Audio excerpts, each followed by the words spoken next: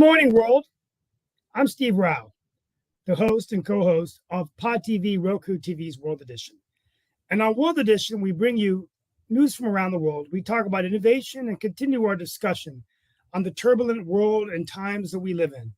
As we get through COVID, we see inflation, rising gas prices, and a mounting and never-ending war in Ukraine. Today, I wanted to open up, first of all, with a very somber realization to share with all of you that in the United States, we have surpassed 1 million COVID deaths. That's more deaths than 2 decades of car crashes and every war that we have fought in. And if you're around the world, we pray for anyone who has lost a loved one through COVID. Today, we'll talk briefly about the pandemic as we break down where the infections have occurred, the demographics who have died from COVID, and whether vaccinations and boosters have helped, or has the political divide hurt the United States in terms of not getting those vaccinated that need to get vaccinated. Also, we'll talk about whether people think the government has a right to mandate these vaccines. And I greet you live from the All-America city of Mooresville, the 8th largest state in the United States. So today, my monologue is just coming from the heart. I didn't really prepare it, but I'm sitting around here in a few minutes. I have to go to the polls as we have early voting today for the May 17th primary. North Carolina is being watched out very closely because it could be a litmus test of what is to come in the very near future. The game changer is Donald Trump. His endorsements of candidates so far have helped him in Indiana, in Ohio, and now in North Carolina, it will be put to test again. He has endorsed Ted Budd over former North Carolina Governor Pat McCrory. Ted Budd has not attended any debates, does not have the name recognition of Pat McCrory, but $15 million of outside money has made him the front runner with a projected victory tonight, leading in the polls by at least 12 points. How did we get here? How can Trump be such a factor in these elections still today? Well, instead of asking that question, I want to ask a question because we do have a very special guest today, Adam Lamparello, who's a law professor at Georgia Southern. I think Georgia Southern. I'm apologize if I got the name wrong. But when you look at it, Joe Biden really, in my opinion, was what you call an accidental president. He was elected because he was trying to come in there to replace Trump and COVID-19. But the one thing we often forget about Democratic presidents who have been successful is that they have been outsiders with charisma. The two most recent ones, John F. Kennedy and Barack Obama.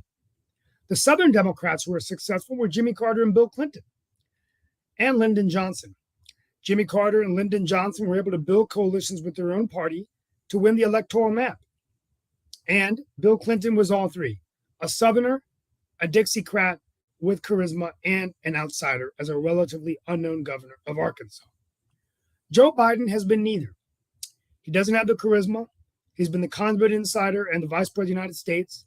And despite numerous successes, including the infrastructure bill, vaccination of the American people, building a strong coalition with NATO and Europe to actually provide assistance to Ukraine, he has not been able to communicate those successes effectively to the American people.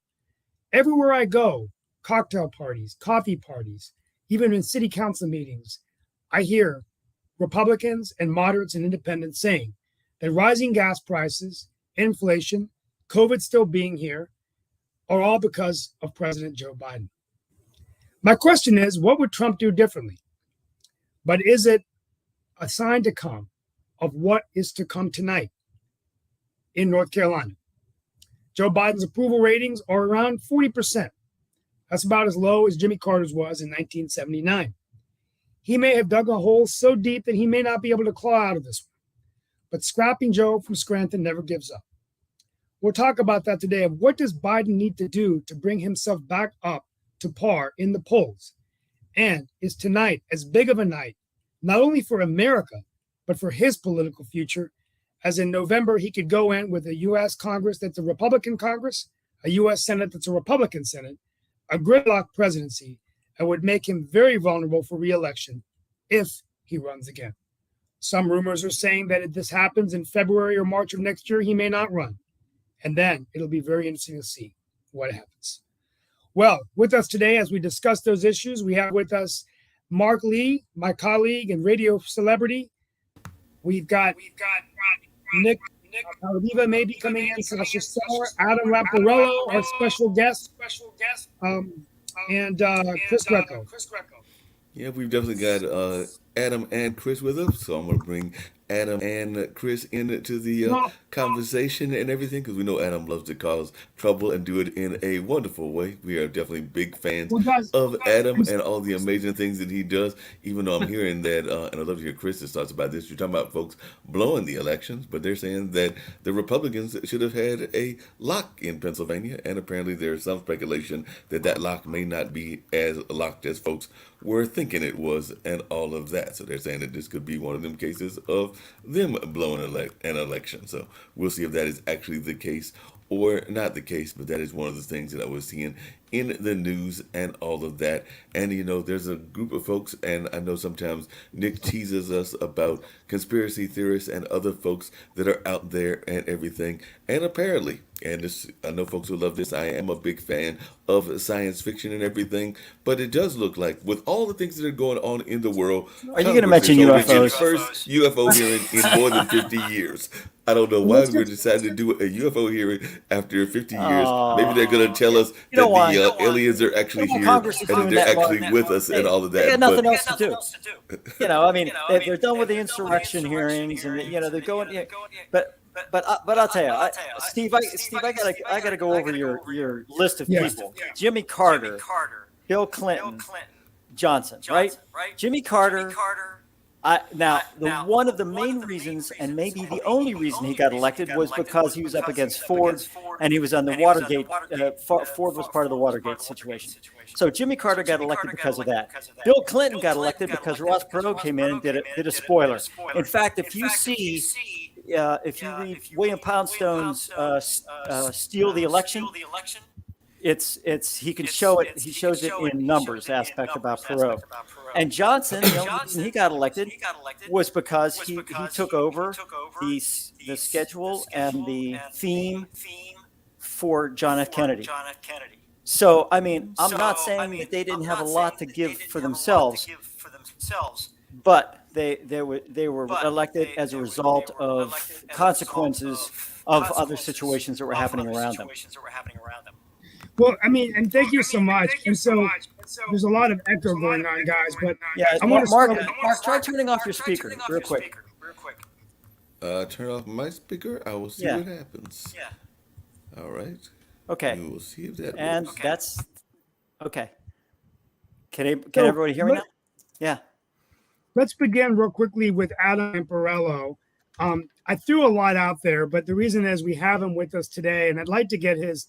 I'm working on my moderator skills, Adam. So I know you and I don't agree on everything, but real quickly, tell me about how we got here. How did Trump, who lost the election, is now still so popular in half the country, and people are winning nominations because of his endorsement, and yet Biden? I know you're not a Biden fan. You don't think he's been a good president, but he did have a couple of good things going on. So are the bad things going on a result of either Trump or Biden, or do you think it could be just systemic problems we've had in American foreign policy, American energy policy?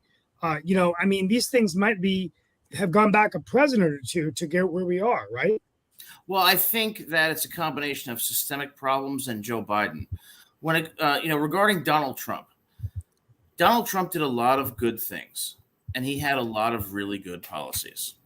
Unemployment for African Americans and Hispanics was at historic lows. He signed the First Step Act. What got Donald Trump into trouble was his tweeting. And the reason people voted against him was because they didn't like his temperament, and understandably so. But on policy, I thought he was very effective. Regarding Joe Biden, he's not a leader. His policies are poor. They've led to inflation, higher gas prices. He's caved to the woke left. And that is a terrible thing in this country because the woke left does not represent the majority of America. And in fact, doesn't even advocate for policies that are rational. And they serve to divide this country along the lines of identity. Now, what I would say about the coronavirus is I think the coronavirus was entirely overblown. I think the death count was ridiculously inflated. I think the lockdowns were a horrendous mistake. I think they had horrible impacts on people's mental health, emotional well-being, ability to get an education, to have social relationships. I don't believe the death count is 1 million. I think it's far lower than that. And I think ultimately the truth is going to come out that, in fact, the treatments for COVID were as bad as COVID itself. And I know this for a fact because my father died of the coronavirus about 3 months ago. And I can tell you that he died because of the treatment that they gave him, not because of the virus itself. So I think that the virus being politicized, Donald Trump being divisive but having good policies hurt us. And I think that Joe Biden is a bad leader with bad policies who's caving to the woke left and is kind of asleep at the wheel. The combination of all of those has led to where we are. Adam, very well put. Adam, you say it's the woke left, but I've got a good friend of mine, and actually I was just on the phone with her yesterday and everything. She's actually in corporate America in California, and she's actually one of those folks that has chosen not to take the vaccines and all of that. And part of her argument is that she saw somebody like you that was a family member that took the vaccine and then shortly thereafter passed away. So she opted not to do it and things along that line, and she is very adamant about it. But you say it is the woke left. I would say that it is also partially corporate America, because I know that she is on a constant fight with her corporation about trying to, and I think it might even be a state agency out there that she's with, but trying to get them to almost force her to take it, even though she said that she has various reasons that she does not want to take it. And while I have done mine and I'm glad that I did mine and everything, I do think that she has the right and has the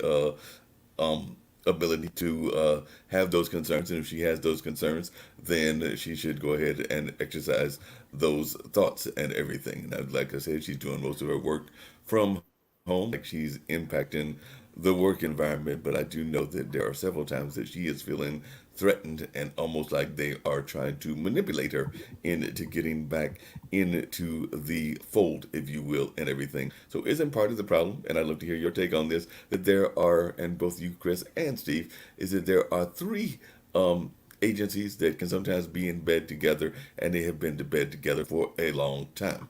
That being the government, the pharmaceutical industries, and other factors that are there as well. And I don't think that they have anything to do with the woke left. I think that's corporate America and corporate greed. So I think that that could be another problem as well. Would you disagree with me on that, Mr. Adam? No, I completely agree with you. You're absolutely right. And nobody should be forced to take the vaccine. I have not taken it. I will Mark, not. go ahead and turn off your speaker. Yes, I It will. worked I come to before. talking. So Mark, I was saying I completely agree with you. I won't take the vaccine. I don't think anybody should be forced to take the vaccine. My father had the vaccine and it did nothing for him. What killed him was remdesivir because it caused him to get pneumonia and it tanked his kidneys. So the treatment, not COVID, is what killed him. And you will never convince me that 1 million people died of COVID. Hospitals benefited financially by liberally construing a COVID-related death to basically code anything as COVID-related when it wasn't. So I agree with you. The problem is not simply the woke left. It's with corporations. It's like pharmaceutical companies, like those who manufactured remdesivir and made billions off of it, when we now know it's completely ineffective. So I'm with you. So Adam, I have to agree with a couple of things. First of all, I'm a data guy. I'm a certified data guy. And I've been looking at the data. I've been looking at all these areas. And the thing is that we're making a big deal out of 1 million deaths. And I get it. Over 2 years, 1 million deaths, you don't want any deaths, right? That's the way it goes. But every year, we lose 1.4 million people, 1.4 million to heart disease and to cancer. 1.4 million. I don't see anything. I heard about Biden's cancer moonshot. Let's do a cancer moonshot. Let's do this. Do you know how much that's gone? Nothing. Nothing. This guy talks a great game. He does, really, honest to God. He's a good speech man. He cries when he's supposed to cry. He's mad when he's supposed to be mad. Get off my lawn type aspects and everything else. But let me tell you something. When it comes down to action, this guy throw money at it. We spent not billions, trillions of dollars on stuff that I don't even know where this is going. I have no idea where it's going. So it's the idea that, you're talking about 1 million deaths for COVID-19, which I agree with you, Adam. And ask India about that, because India says, oh, we got 540,000 dead. Oh, no, you don't. You have 4 million dead, or whatever it was. It was like, wait a minute. No, we have the data that shows 540,000 dead. Nope. They went in there and they said, nope, we got whatever it was, 2 million dead or whatever it is. Yeah. So, it's that type of thing. We just got to get the data good, I agree with The you. data's gotta get good. I wanted to bring in one other guest just really quickly because I know at some point we will get to the Ukraine. Of course, he will also be doing his show later on. I'll be actually directing that, I believe, and everything. So I want to bring in Sasha Starr, who's coming to us from Canada, but definitely has her roots there in the Ukraine and all of that. So definitely want to bring Mr. Sasha Starr, also a masterful chess player, into the picture as well. So always glad to see Sasha here as well. Just really quickly, and I'd love to hear people, because this is the other news item that I was going to bring up in addition to joking about the UFOs and everything. But, Ted Cruz, for all of his problems, and I am not a Ted Cruz fan, apparently has got the endorsement of something that I am a fan of us doing, which is some finance restrictions in the campaigns. So the Supreme Court split along ideological lines in striking another campaign finance restriction on Monday, agreeing with Senator Ted Cruz's challenge to federal limits on the use of post-election contributions to repay a candidate's loan to his campaign. So is this something that's going to help? And don't we need some serious reforms in these kind of campaign issues and the way that we finance campaigns? Let me put it in perspective, but before we do that, we'll come back to Sasha and talk about the works. I got to leave at 10:30 today, but real quickly, and then we want to have a discussion on the show about systemic issues with U.S. foreign policy, particularly energy independence, foreign policy. And the question I want to ask everybody is, what does Biden have to do differently if he's going to make a comeback? I guess we'll know how tonight goes in North Carolina, and if Pat McCrory loses, and these other Republican right-wing conservative Republicans win, what does Biden and the Democrats have to do to get to keep competitive? But let me take a quick shot just to put this in perspective. In 2000, about maybe $1 billion was spent on federal elections. So today that number is surpassing $14 billion. To win a U.S. Senate seat in North Carolina costs about $20 million. To be governor of the state, probably about $8 to $9 million. And to win a competitive legislative seat where I live, because I was asked to run for the legislature, I'm going to sort of hold off until next year, about $450,000 to $500,000 in Wake County. And so, but the problem is the money has really created a system where everyone is divisive. And, we just really, really are scared about this. And I forgot in my monologue to say that we pray for Buffalo. I was going to do that tomorrow, but we pray for this violence and these terrible victims of tragedy. But what can we do to pull together to come up with a solution, whether it's mental health or more stringent background checks? But when you have so much money going one side and money going from the other side, you can't get it done. So that's my take. I don't know what you all feel about taking money out of the equation. I think it would actually help American politics. Adam, you agree? I agree with you 100%. I think the Supreme Court's decision in Citizens United versus FEC and McCutcheon versus FEC, both 5-4 decisions, made it impossible for Congress to enact reforms that would have encouraged a more participatory democracy and removed the corrupt influence of money in politics. But they didn't do that. And I think what it leads to is people who have the most money or have the backing of people with the most money are the ones who are put on the ballot and ultimately get elected. That they're not necessarily good leaders. They're not necessarily intelligent. They don't necessarily have good ideas. And that's the problem with democracy. When money is controlling who's on the ballot and who gets elected, people really don't have a choice. And it becomes a matter of just the elitists getting elected, even though they may not be smart, they may not have good ideas, they may not have good policies. And that is a serious problem, because if democracy is to work, it has to work from the bottom up, and it has to empower the people, not from the top down. And that's a real problem today, and it will continue to be. Adam, would you agree for democracy to work from the bottom up? The best thing, it would be mandatory army service for all American males, and rich and poor. And if you, for some reason, could not deliver your service, you're not eligible for public office, period. I would have to think about that. I'm not sure if I would support that.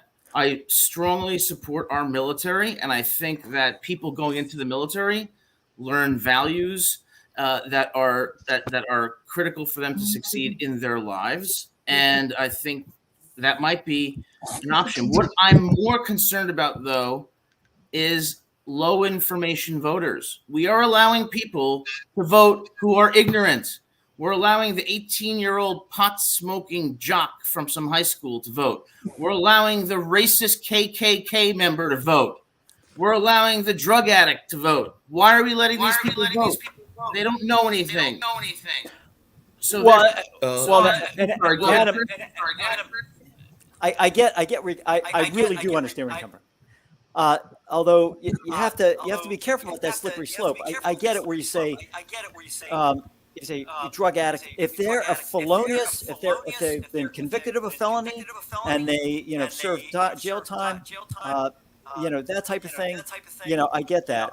But it's a situation where, we're a democracy, and so we are a representative republic. So when we do that, we allow people who are eligible to vote, right? And that's that's why it's really hard for me. I'm on that precipice of conflict here, where I agree with you that, why are we letting these people vote? But at the same time, if you start saying, here's what you need to qualify to vote, are we not being kind of restrictive in our ability for a population to participate in the voting process?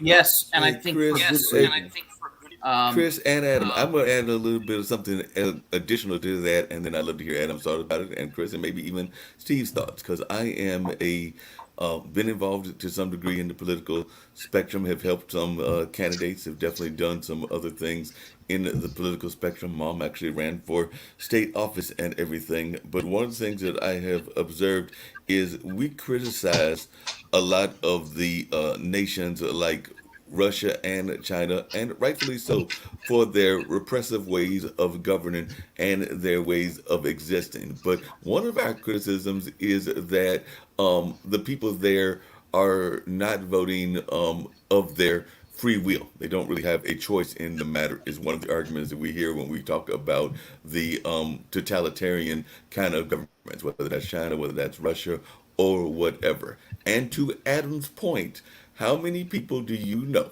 and I know quite a few, that actually when they go to the vote are given a endorsement list by whatever the organization is, whether it's the Sierra Club, whether it's the People's Alliance here in Durham, whether it's whatever, and they vote strictly according to that party line. Now, of course, they do have the candidates come in and they're supposed to do these interviews and all of that process. But to Adam's point, if you're just going to go there, grab the list and vote and everything according to what they told you to vote, are you really exercising the true meaning of what democracy is supposed to be about? Because I can guarantee you that if I went, and I need to still go do my vote today, and ask those people, why did you vote for those candidates? They would probably give me like a half-ass answer. I'm just going to put it bluntly and all of that. And it would come down to, I got that sheet, and the sheet told me who to vote for. And I think that that's all across the world, and particularly in the United States. I think it's from here in North Carolina. I think it happens in California. I think it happens in New York. I think it happens in Atlanta. Your take on that and the powers of the political action committees and these endorsement groups, Mr. Adam. Okay, well, I'll start off by saying you can't drive a car without a license. You have to take a driving test. What's wrong with having a voting test? I mean, a few years ago, they asked a voter who Judge Judy was, and the voter said a justice on the U.S. Supreme Court. I mean, give me a break. Second, why should Elena Kagan or John Roberts' vote matter equally to the 18-year-old drug addict or the 18-year-old pot-smoking jock or the 20-year-old member of the KKK? Why? I think that's absolutely ridiculous because you're allowing people who know nothing to impact who gets elected. The third thing I would say is democracy sometimes to me seems like a show.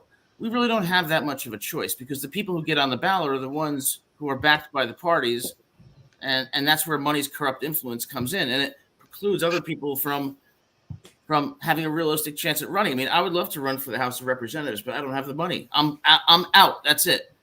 And the people who do are not the best people or not even good people. So I think it's a combination of things. But what I would say is, at a minimum, I don't believe in one person, one vote, because I think that there's a lot of stupid people out there, a lot of racist, sexist, bad people with no knowledge whatsoever. So let's establish some minimum baseline so that somebody who thinks that Judge Judy is a member of the U.S. Supreme Court is not allowed in the ballot box. Well, I would like Adam, to mention something. Sure, You know, go. when I came to Canada after 3 years, I had a test to become to be eligible for Canadian citizenship, and we had questions that I can tell you maybe 1, 2 out of 20 Canadians born here would be able to answer these tests. And I think in US, the same thing. The people, I know some people who applied for American citizenship and they had very stringent system of test questions about the country, the economy, about political system in US and so on. And I think a lot of people, what you just mentioned, they wouldn't be able to answer these questions, period. Probably as many as 19 out of 20 would not be able to answer them. So, Adam, I think I have a solution for your issue, and I think it was a good compromise. And that is bring back civics in the schools. Teach them about what the Constitution is. Teach them that God is not mentioned in the Constitution. It's mentioned in the Declaration of Independence. I cannot believe how many people confuse those two. It's like, oh, in the course of human events. Whoa. That's not the Constitution. Well, sure it is. No, it's not. And so you have to that's very, very basic stuff. But yet that's stuff I was taught when I was in elementary school, when I was in, the local history of what's going on in that area. When I went to school in Messina, New York, when I was in 5th grade, you know what they taught us? They taught us about what the Eisenhower Lock was all about. And what that history was, and Cartier, and all these different people that I still remember. I was 11 years old. My God, it's been 55 years. So I think if you bring back basic education rather than teaching kids about Chris, why they have two parents that are the same sex. But Chris, let's talk about civics. Okay, Chris, well, don't you also have to bring back world history as well? Because that's actually going to come back to another part of the world that has gone on, and that was we talked about the Buffalo shooting, but there was also a shooting that existed in California and all of that, and part of that is because of our relationship with China and Taiwan. So I know that the Taiwan president has come out and condemned the shooting of that Taiwanese church in California, and they are saying, at least a lawmaker from her ruling party is questioning whether Chinese propaganda wasn't a motivating factor behind the violence. So maybe this particular person, who apparently had ties to a Chinese-backed organization opposed to Taiwan's independence, could have been part of the reason that they went in there and all of that. So how much do we need to have a understanding of world history and even kind of these relationships that exist, say, between China and Taiwan, China and Hong Kong, and of course what's going on over there in the Ukraine with Ukraine and Russia? Well, look, I completely agree with Chris and Mark. I would absolutely support that compromise, but I think there's one thing that also needs to be mentioned. The key, in my opinion, to a successful education and a successful life begins with a two-parent family. And a family that teaches their children values, the right kinds of values, and that raises a child to understand that they're going to have to overcome adversity, to understand they have to be accountable, to teach them morals. We have a proliferation of single-parent families in this country that is absolutely making it nearly impossible for these children to have any upward mobility or any opportunity. The genesis of inequality lies in the breakdown of the family. I agree with that. And I think it's interesting because a lot of the let's throw money at it, right? The president buy them, right? So let's throw money at this, and then let's hope to God that everybody uses the money wisely. And I think that there are everybody. We talk about a China, a person of Chinese descent is killing other people of Taiwanese descent. It's Americans killing Americans. Let's get away from the race thing. Let's get away from all that. You have Americans killing Americans. They are shooting Americans. That's how divided America is right now. I just wrote a book, Untied States of America. I wrote it, it's published. I'm telling you, we are getting ourselves set up for an invasion. Our lives are going to be like Ukraine. We are going to be sitting there fighting for every inch of our nation together.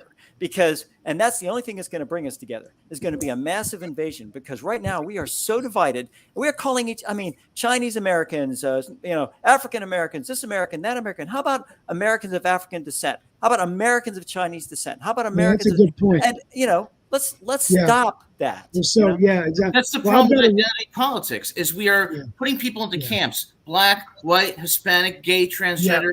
When in reality, we're all the same, and we all share so much more in common than we do. Yes, it's identity politics. It's the politics that's where politics has changed in the social media. I really feel bad that I have to leave early. I have to go speak at an event, but it's been an honor having Adam Lemper. I did a quick wardrobe change. That's why you got the Zoom. Great. Got to take the video off and the camera off. We had a situation in my company where someone forgot to do that, and I got to tell you, it's just crazy with the Zoom, right? So I had to take it off, go to the other room, make it happen.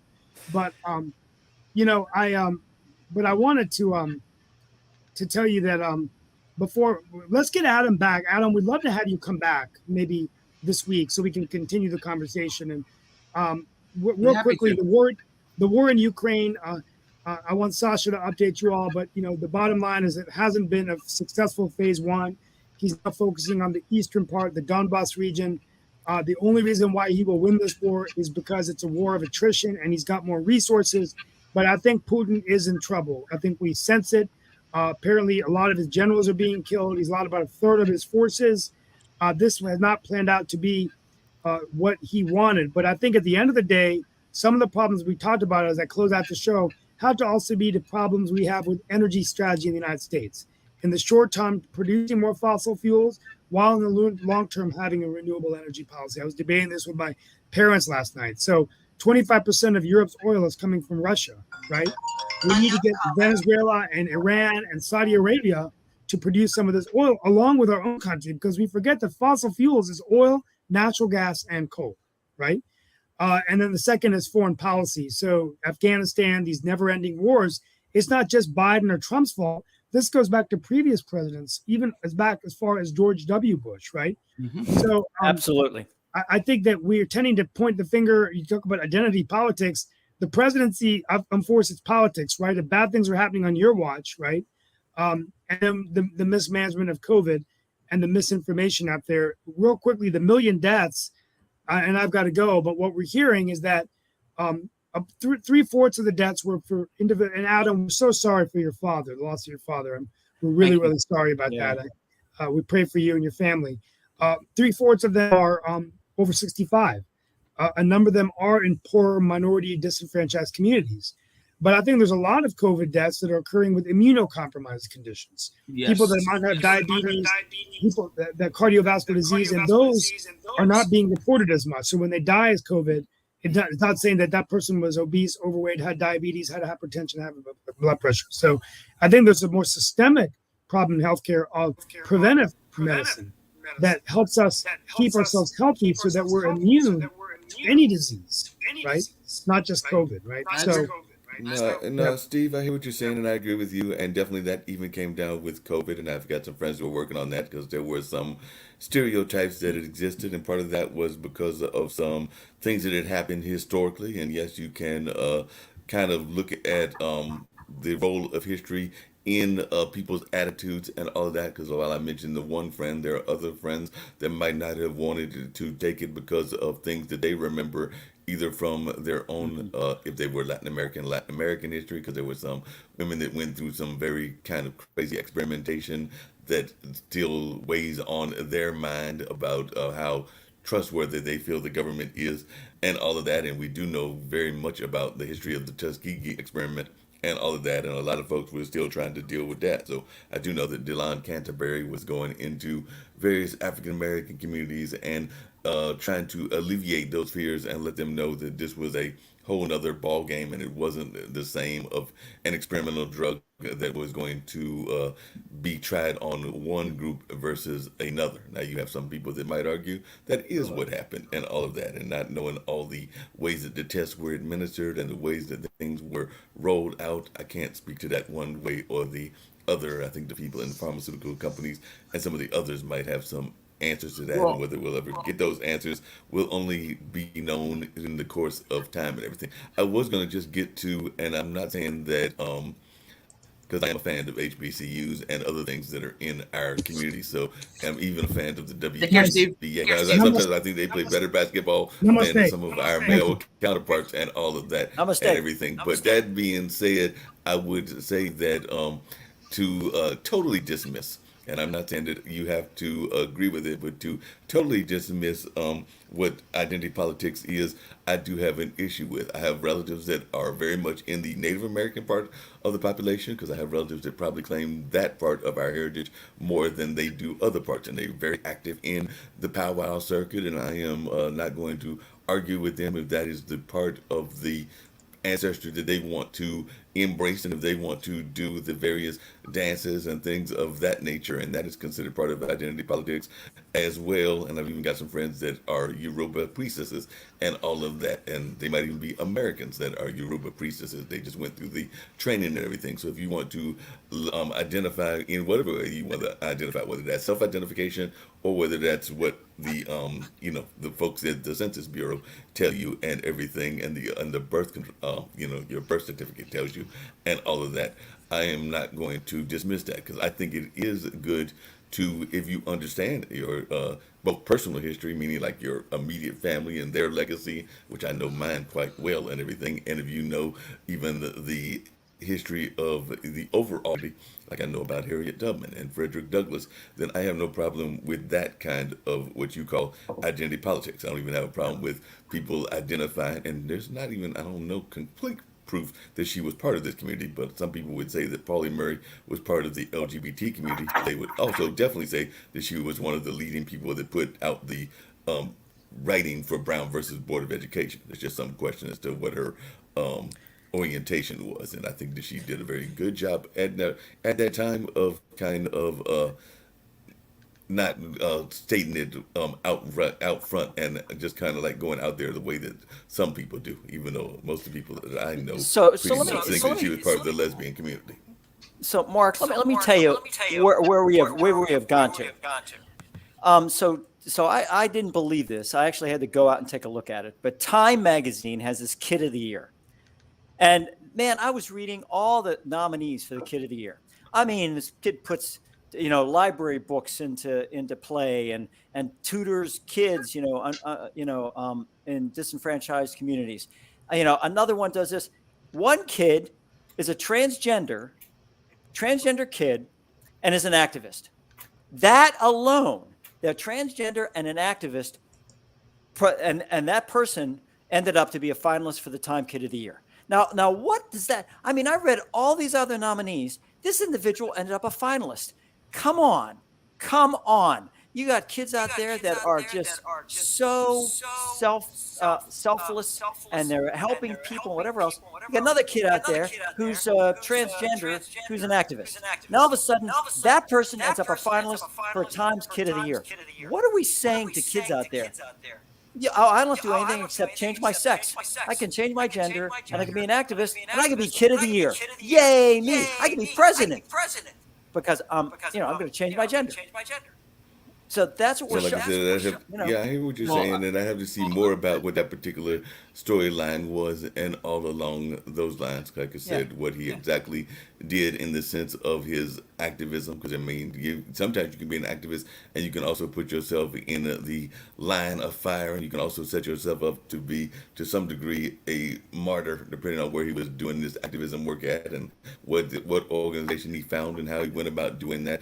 Because definitely there have been whole conversations around the rate of bullying and the rate of suicide in that Right. population. And I only know a few people LGBTQ. Yeah. in that Well, space and everything. So, like I said, I would need to know more about specifically what he was doing. I mean, by your description, I would say that somebody that's making an invention or making something that is going to radically change the world, or at least the very least radically change the United States, would probably be more of a candidate for the Kid of the Year and all of that. But like I said, I'd have to know more about specifically what they were doing in their form of activism. Because, I was somewhat activized when I was about a kid, because I was going to the parents had me going as they founded it to the Malcolm X School, which was founded here in Durham when I was like, let's see, it was before we moved to Warrington, so I was probably like about 7 or 8 at the time, and it probably colored some of my views of the world as well.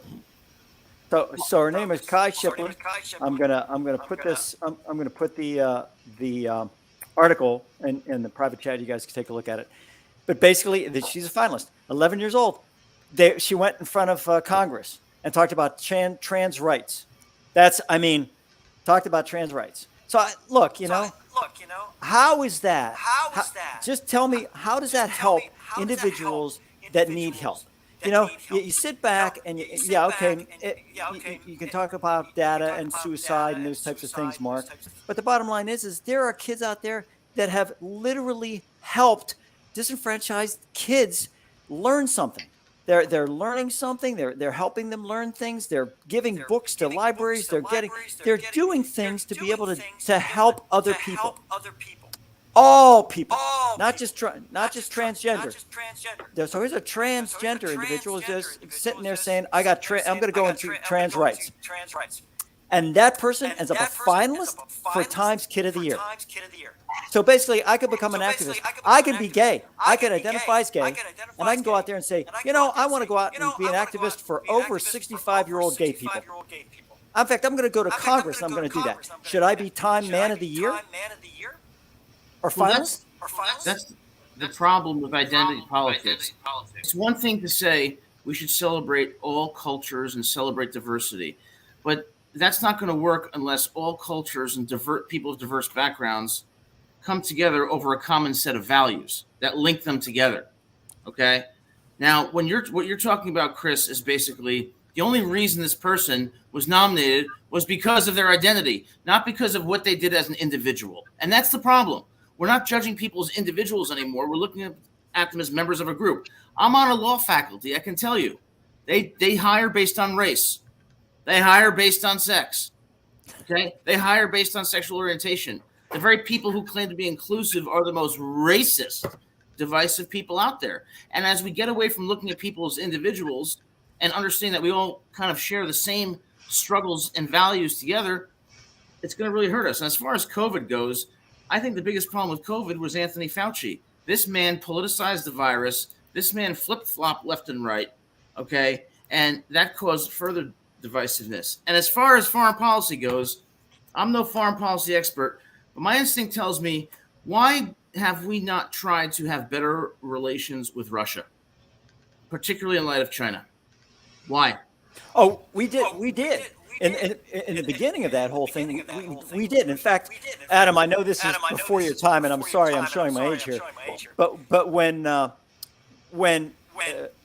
Nixon went to China, the whole reason he went to China was to wake up Russia and say, look, if you don't want to deal with us, China's going to deal with us. And all of a sudden, the détente opened up, and Glasnost and all the other things that came up, because it was like, whoa. Russia said, Soviet Union said, maybe we can open up some of this stuff because we would rather have a frenemy in the United States than in China. They do not like China. But now with the Shanghai Cooperative Act, or whatever they call it, China and Russia are aligned, and they're yeah. So That scares me. Sasha, Yeah. what's the latest on the Ukraine? Because one thing I had heard, and I was wondering your take on this, and yeah, we'll get you that link and everything, was this whole notion. I know they've been saying that they were holding off forever, but now it looks like the folks that were trapped in that plant have now been evacuated, and I guess the plant has finally fallen, even though it was definitely valiantly protected for a long time and everything. But what is your take on that, as they finally did lay down arms at Maripol's Avastal steel plant and all of that? And is that going to hurt the efforts there in the Ukraine? Because, like I said, I think everybody's been impressed by their valiant effort in holding off Russia so far, and I think that they have definitely done a great job. But I just wanted your take on this particular latest situation with the Avastal steel plant and what's going on in the Ukraine currently. Well, I mean, I'm not too familiar with that, but I do have a rather unpopular view on this matter. I don't think this is a case of Russia is all bad and Ukraine is all good. I think that Russia had some legitimate reasons for doing what it did, and I think it has relates to NATO expansion. And I think looking at this in terms of black and white also neglects to look at China's influence on this whole thing. Again, I just feel like the United States should be a strategic partner with Russia and ultimately with Iran. And I think that we have squandered opportunities to do that, and I worry that China is going to be the big winner in all this. Sasha, your take, because I know that definitely. Chris, you probably don't. You know more than me, so you can tell me if I'm wrong. Yeah, I'd love to hear your take, because I know that you're not the biggest fan of Russia as far as you're concerned, and I don't want to put words in your mouth, but just like I know that Chris isn't a fan of France, I know that as far as you're concerned, most of Russia could just kind of like disappear, and you'd be perfectly all right with it, in my opinion, from what I've heard of your thoughts of the current Russian world and the way Russia is now. But what is your take on what's going on now, and are you still feeling confident about the Ukrainian victory? You asking me? Yes, Sasha. What's the question? How well? One, I was asking how you are feeling about the latest news from the Avastal steel plant, and do you still think that Ukraine will win this war in the? But it's going to be a long, drawn-out war. Well, Azovstal situation just reminds you about the heroism of Ukrainian army, Ukrainian people in general, which Russians obviously lack. Russians are leaving their army, they're switching sides, and now many Russians are fighting for Ukraine. And Adam, that's to you. If you want to understand what Russia is to the United States, watch the movie The Independence Day, when U.S. president is asking the preacher, what is it exactly you want? Yeah, I remember that. Remember the answer? To kill you! Russia wants to kill United States and destroy it because they understand that if they will go slower, step by step, and they build their economy or so on, it will take them 250 years to get anywhere close to the United States. And believe the United States is not going to be idle too. The United States will continue to. So this is a nightmare for Russia. They will never accept that. And now they went to a huge adventure. It's a criminal adventure, of course. They are trying to fight all civilized world. U.S., NATO, even China now got away from Russia. China said, no more, we are not involved. We have COVID, we have too many problems, and so on. No help to Russia from China. The end of story. For this great friendship, China and Russia, they are two powerful countries. Forget about it. And China is now getting their lesson. How if they will ever try to invade Taiwan, what's going to happen to them? They will get all civilized world against them, and they will be slashed and there will be economic sanction and military action and so on. They don't need that. They are too practical people. Russians people are not practical, especially their Führer, what's his name, Putin. No, they're not practical people. If they were practical people, they would never, ever done what they've done. However, now the decision in the West, US, NATO, is to disable Russia for many years ahead. For the next 100 years, Russia cannot threaten anybody. Finally, the West learned its lesson. Number one, they should have gone all out and destroyed Russia between 1952 and 1958. They have overwhelming power in missiles, in nuclear arms. Russia didn't have even delivered. It's a network. It's a network. You have Echo, Adam, and Mark. Everybody has Echo. I understand that. Go ahead. Go ahead now, Sasha. I can hear Okay, you. so that was case number one. Didn't do it. Case number two, 1991. That's why I said that George Bush Sr. is the worst president ever by far, because when Soviet Union fell apart on December 25, 1991, on December 26, Bush had to phone, okay, maybe a day later because of the Christmas, okay, phone to whoever, Yeltsin, and says, Yeltsin, here's 72 hours. You deliver all nuclear arms to us. We'll pay for transportation. Do it. The time goes on. Yeltsin would do it because I know at what precarious position Russia was economically. They couldn't scrap together $10,000 to pay for the port charges in Rotterdam, for grain going to Russia with all empty stores in Russia. They couldn't find $10,000. That was their situation. If Bush would give them, say, $500 million, they would run. They would say, where to deliver it? We're going to deliver it. Number three situation is now. Yeah. Finally, now the West woke up from this nuclear garbage, from this nuclear idiotic threats of the madman. So finally, now the West say, okay, here's what's going to happen. Let's see, they're talking about using some tactical nuclear arms in Ukraine. Here is what Putin was told directly. In 5 days, all your army will be destroyed in Ukraine. Period. There will be no live persons. There will be no prisoners, nothing. They will all be gone. Your navy in Black Sea, gone. Your port, Sevastopol in Crimea, gone. Period. Finished. End of story. And you know what? In the last few days, I'm watching a lot of Russian programs or so on. No noise anymore about nuclear arms. Nothing. They're now nice, very nice people. They're talking about. Macron says, you know what? You should not humiliate Putin. You know, talk to him. You know, he's not a bad man. Maybe you'll find something.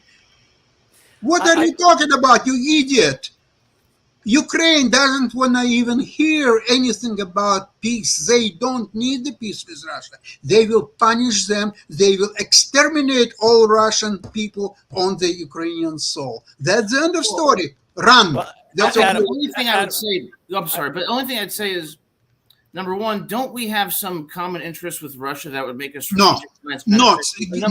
Name please one common interest with Russia. Just one, not two. One. One common interest we have with Russia, the only one we have with Russia, is before they aligned with China, was the defeat of China. Right. That was the one area where we could find some excuse me, Chris, what this Russia, the economy of 1/15 of United States, what do they have to do with US or China? What exactly? Please tell me. Putin had only one thing going for him, and he masterfully used that: the threat of a nuclear confrontation. And he played it for the last 15 years, and he was superb. And he was a professor of bluffing United States. And you know what? Now in Ukraine, he lost all this capital. He lost it all. All world now can see what a lousy army, what is disorganized, army it is. They cannot do anything at all. Their generals are haplopedia. This is reality. So Well, let me ask you this you question. lost everything. When it comes to like the Middle East, why is it that the U.S. in the 80s aligned more with Iraq than Iran? Why don't we recognize a Palestinian state and have an alliance with Iran to stabilize the Middle East? Educate me. I mean, I'm not an expert. Adam, I think a great role of that was in 1979 of seizing U.S. embassy, and Iran since then played very, very aggressive and hostile foreign policy against the United States. I think that's probably the only reason. Chris, what do you think? So I Hey, know, Adam, just really quickly, are you going to be back with us on tomorrow? And I know we got to get ready to Only if you down want me. because we got to get. Oh, of course, we'd love to have you back, and I'm sure Steve would. And who knows? Well, actually, I don't think that Nick will be here the rest of the week because he's actually got stuff going on. But yes, I would love to have you back. So yeah, I'll think you've got the links, but if not, I'll make sure that I Thank you. I get appreciate them to you and that. everything, and would love to have you back in the conversation and all of that. So I know we're getting ready to wind down. I was just going to give a real quick mention, and I know that Chris may be aware of this as well. And definitely, I saw that there were.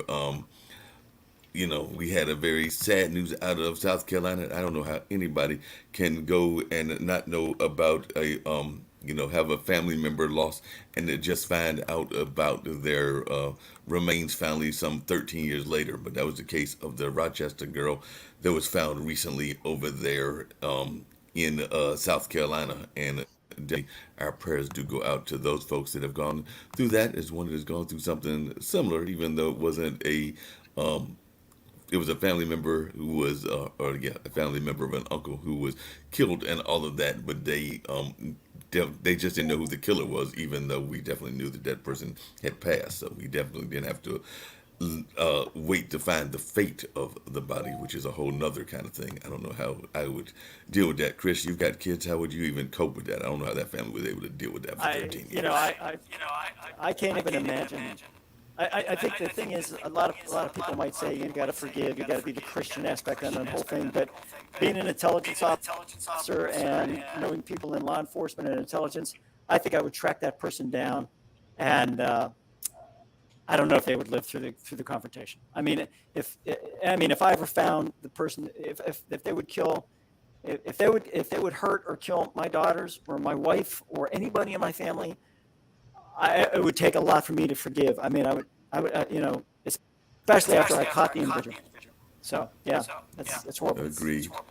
On that note, we're getting ready to get on out of here because I think we got by the time that video plays, that'll be time for me to bounce on over there. And I know that I believe Sasha has got his usual guest coming from the Ukraine. Is that the case? That he's got his usual guest coming in, so they might be giving us a direct report from Ukraine. And I always look forward to hearing what they've got to say because they are right there on the battlefront. So I'm definitely looking forward to that conversation, and we'll be over there in a few minutes right after we play this video of the folks running in and out. So head on over there, and I'll see you over there. Nice meeting you guys. Thank you so much. Bye bye, everybody.